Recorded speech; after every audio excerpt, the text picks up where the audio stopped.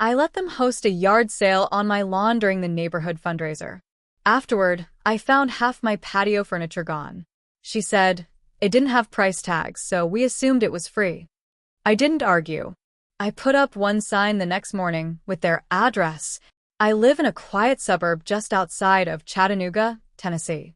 Not a fancy area, but the kind where people still wave when they drive by, and everyone puts those little flags in their yard on Memorial Day. We do this thing every spring, a community yard sale/fundraiser for the local food bank. Families put tables out on their lawns, kids sell lemonade, the older folks offer baked goods. It's not huge, but it's a tradition, and it means something to the people who've lived here a while. Last year, I offered to set up a table for the homemade soaps my daughter makes. She's 16 and going through a skincare obsession, so we've been making soaps with lavender, oats, peppermint, all that stuff. I figured it'd be good for her, good for the fundraiser, and honestly, I just like watching her work at something that's hers. On Friday afternoon, I was out in the yard sweeping leaves and setting up 2 borrowed folding tables. That's when Paige walked over. I'd seen her before, maybe a dozen times since they moved in 6 months ago. Always jogging, always with a phone in one hand and a Starbucks cup in the other. Her husband, Darren, was less visible. Just kind of a guy-shaped shadow in the background. "Hey," she said, leaning on my fence. "This your setup for tomorrow?" "Yeah," I said. "Just trying to get ahead of it." She looked at my lawn, then back at hers. "Do you mind if we join you? Our grass is patchy, and the front's kind of a mess. Your place just gets more foot traffic." I hesitated. It felt weird. I barely knew them, but she smiled like it was already decided, and I didn't want to seem uptight. "Okay," I said. "Just keep your stuff on the front half, and please clean up after." "Of course," she said. "You're a lifesaver." They showed up at sunrise. I was still inside making coffee when I heard car doors slamming and plastic bins being dragged across my driveway. Paige had already set up 3 tables by the time I stepped outside. Darren was arranging some old electronics, a DVD player, a curling iron, tangled cords. They'd clearly just grabbed everything they didn't want from their garage and dumped it here. I nodded to them, kept to myself. My daughter and I worked on setting up the soaps. We had a decent turnout. People were friendly, business was okay. At some point, I went inside to grab more change and a bottle of water. I was gone maybe 15 minutes. That's when it happened. That's when she must have taken the chairs. I didn't notice it until the next morning. I went out back to water my plants and do a quick tidy. That's when I saw the empty space. 2 metal patio chairs gone. And the little round table with the blue mosaic top. I walked in a slow circle like maybe I'd moved them and forgot. I hadn't. I texted Paige. "Hey, by chance, did you guys use my patio furniture during the sale?" An hour went by. Then 2.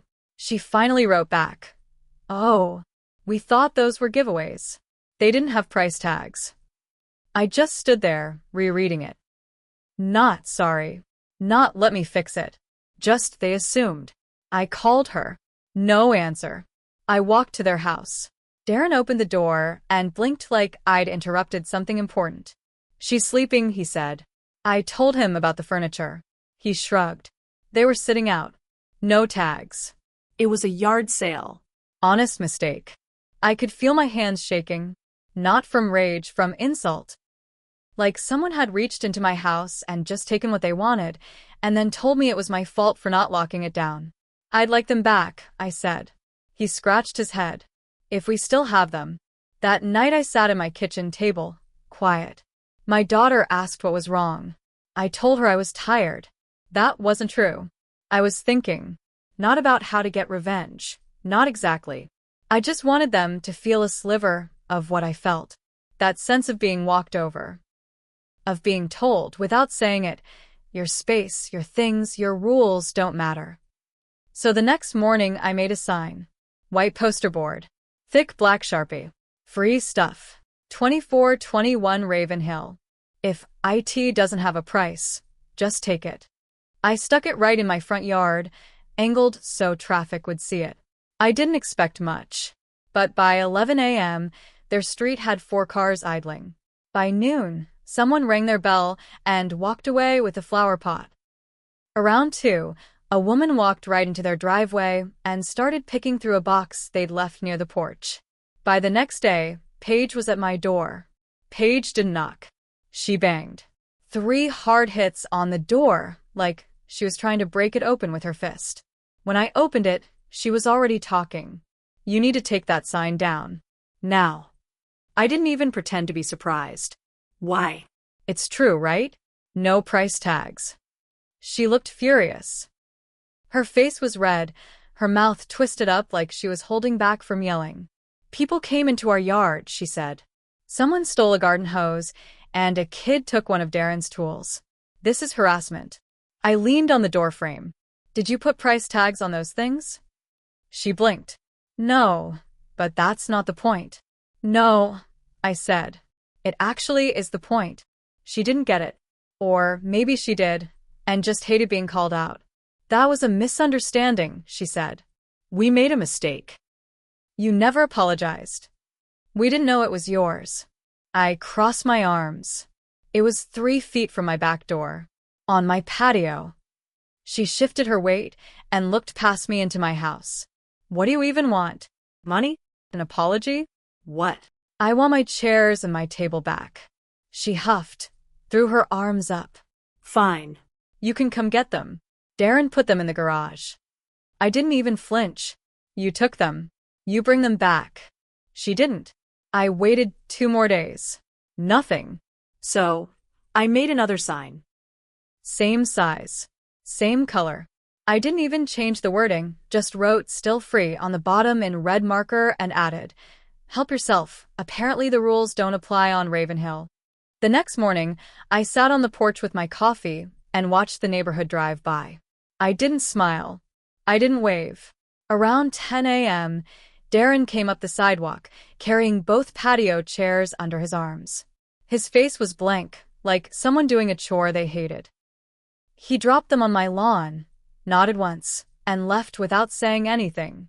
The table never showed up. A week later, at the next HOA meeting, the president, a guy named Bill, who once tried to convince me to join a community composting group, brought up a new item during announcements. "We've had reports of sign-related miscommunication and property misunderstandings. Let's all remember to clearly mark what's for sale and to respect each other's space." People looked around the room. A few eyes landed on Paige and Darren. A few on me. No one said anything. Afterward, as people were filing out, one of the older neighbors, Mrs. Canfield, from 3 houses down, stopped next to me and whispered, "Good for you." 2 weeks passed. Things got quiet. The sign came down. I didn't want to drag it out. I wasn't trying to start a war. I just wanted my point made. And it was. For the most part, neighbors stopped talking to Paige and Darren. Not in a mean way. Just that polite, cold silence people use when they've made their decision about someone. But I guess Paige wasn't done. It started small. A patch of lawn seed I laid down in the back corner, torn up and scattered like someone kicked it. Could have been wind, maybe birds, but it looked deliberate. Then my trash can started getting knocked over every other Wednesday morning. Always before I woke up, always only mine. Then came the package. A small box on my porch. No return label, no shipping marks. Inside, a broken soap bar. One of ours. Crushed into pieces and stuffed into a sandwich bag. That's when I realized she was trying to push back. But I didn't respond. I didn't say a word. I just kept going with my days. Until my daughter came home from school upset. She said kids were joking that her mom was the crazy sign lady, that Paige's niece, who happened to go to the same high school, told everyone I was mentally unstable and threatening people. I saw red. This wasn't just furniture anymore. This wasn't a misunderstanding. She was trying to hurt me through my kid. And for what? Because I asked for my own property back? I didn't yell. I didn't storm down the street. I opened my laptop. The next day, I made a listing on Facebook Marketplace under a dummy name. Posted pictures of my lawn. The caption said, "Huge free yard sale, everything goes. No need to knock. Just take what you want." 2421 Ravenhill. I made sure it posted at 6:00 a.m. By 8:30, there were cars lining the street. Paige came screaming down the sidewalk at 8:42. Hair wet, barefoot, carrying her phone. "I'm calling cops," she shouted at one woman who was loading a box of DVDs into her trunk.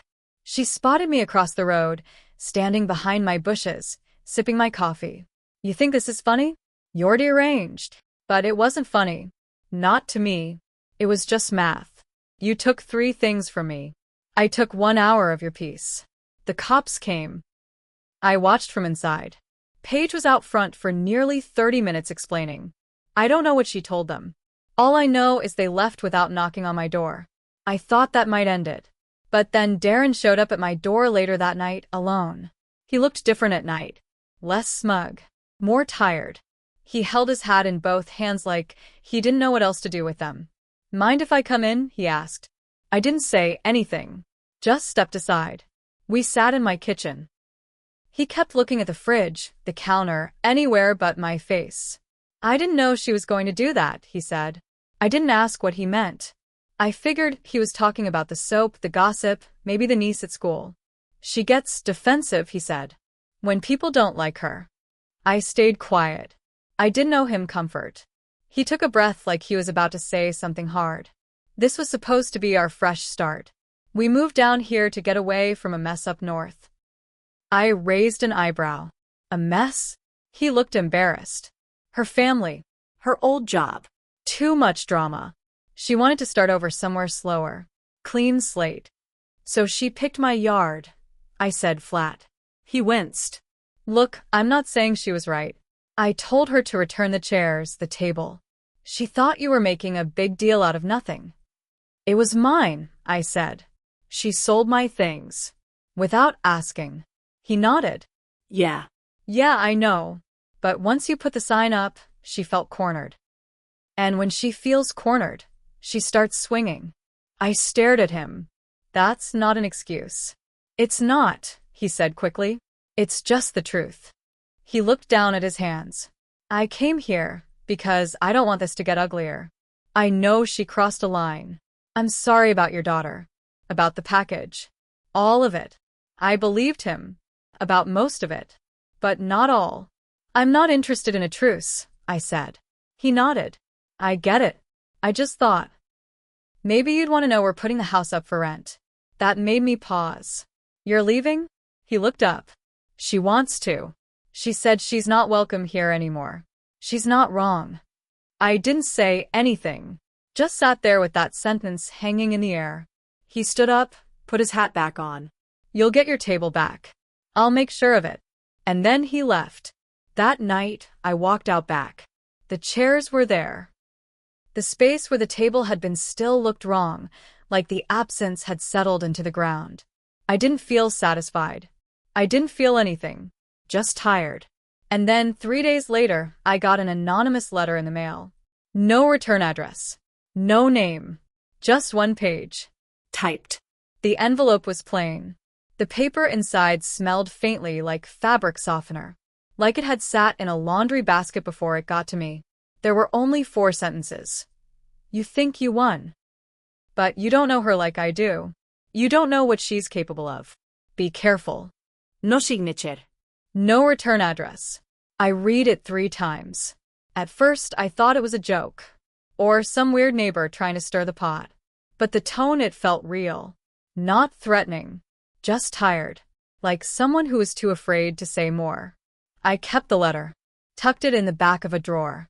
Over the next week, nothing happened. The for rent sign went up in front of Paige and Darren's house. A couple showed up for a walkthrough on Thursday, then another on Saturday. I saw them out on the porch with a real estate agent. Paige was nowhere in sight. But on Sunday, a car pulled into their driveway. Black SUV. Tinted windows. Stayed parked there all afternoon. No one got out. Just sat there. It was still there when the sun went down. That night, I noticed something off in my backyard. I keep solar lights along the garden path. Little ones, just bright enough to keep me from tripping if I go out at night. One of them was missing. Not broken, not fallen. Just gone. I check my gate. Unlocked. I always lock it. I didn't call the police. What would I say? Someone stole a $30 lawn light and left a creepy letter? But I started checking the locks twice before bed. Started pulling the curtains shut a little tighter. Started watching the driveway across the street a little too long. Then my daughter came into the kitchen with her phone in her hand. "Did you post this?" she asked. She showed me a screenshot from Instagram. It was a photo of her house. Not a close-up, but close enough. Taken from across the street. Captioned, "Be careful who you trust in quiet neighborhoods." Anonymous account. No followers. No posts except that one. It had been uploaded 3 hours earlier. I stared at the screen, that photo of my own front porch staring back at me. The angle was wrong. It wasn't taken from a sidewalk or a passing car. It was from someone standing still, watching. "Did you tell anyone about this?" I asked my daughter. She shook her head. No. "I just found it because a friend sent it to me. Said it was weird." I nodded, tried to keep my face calm. Inside, something heavy settled in my chest. Not fear exactly. More like the slow realization that this wasn't over.